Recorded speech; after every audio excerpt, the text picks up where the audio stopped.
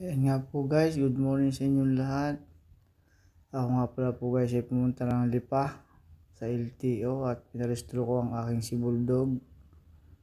Gawa ng ito guys ay binebenta ko na dahil magpapalit ako ng bagong sasakyan. Ayan nga po guys si Bulldog oh. 2 taon ko guys hindi na-restro, ngayon ko lang uli na-restro dahil kinapos ako sa pera. Kaya nung ako nagkapera, agad ko isiningit si Bulldog para ako wala akong problema pag nabiyahe-biyahe. Ito nga po siya ngayon, ini-stencil na po siya ngayon. Nung habang naghihintay ako mag-stencil, binidyohan ko po si Bulldog ko para makita guys ninyo ang mga gustong bumili ng motor dyan. Baka gusto nyo po, baka naibigan nyo aling aking si Bulldog. Ayan po, binibidyohan ko po siya.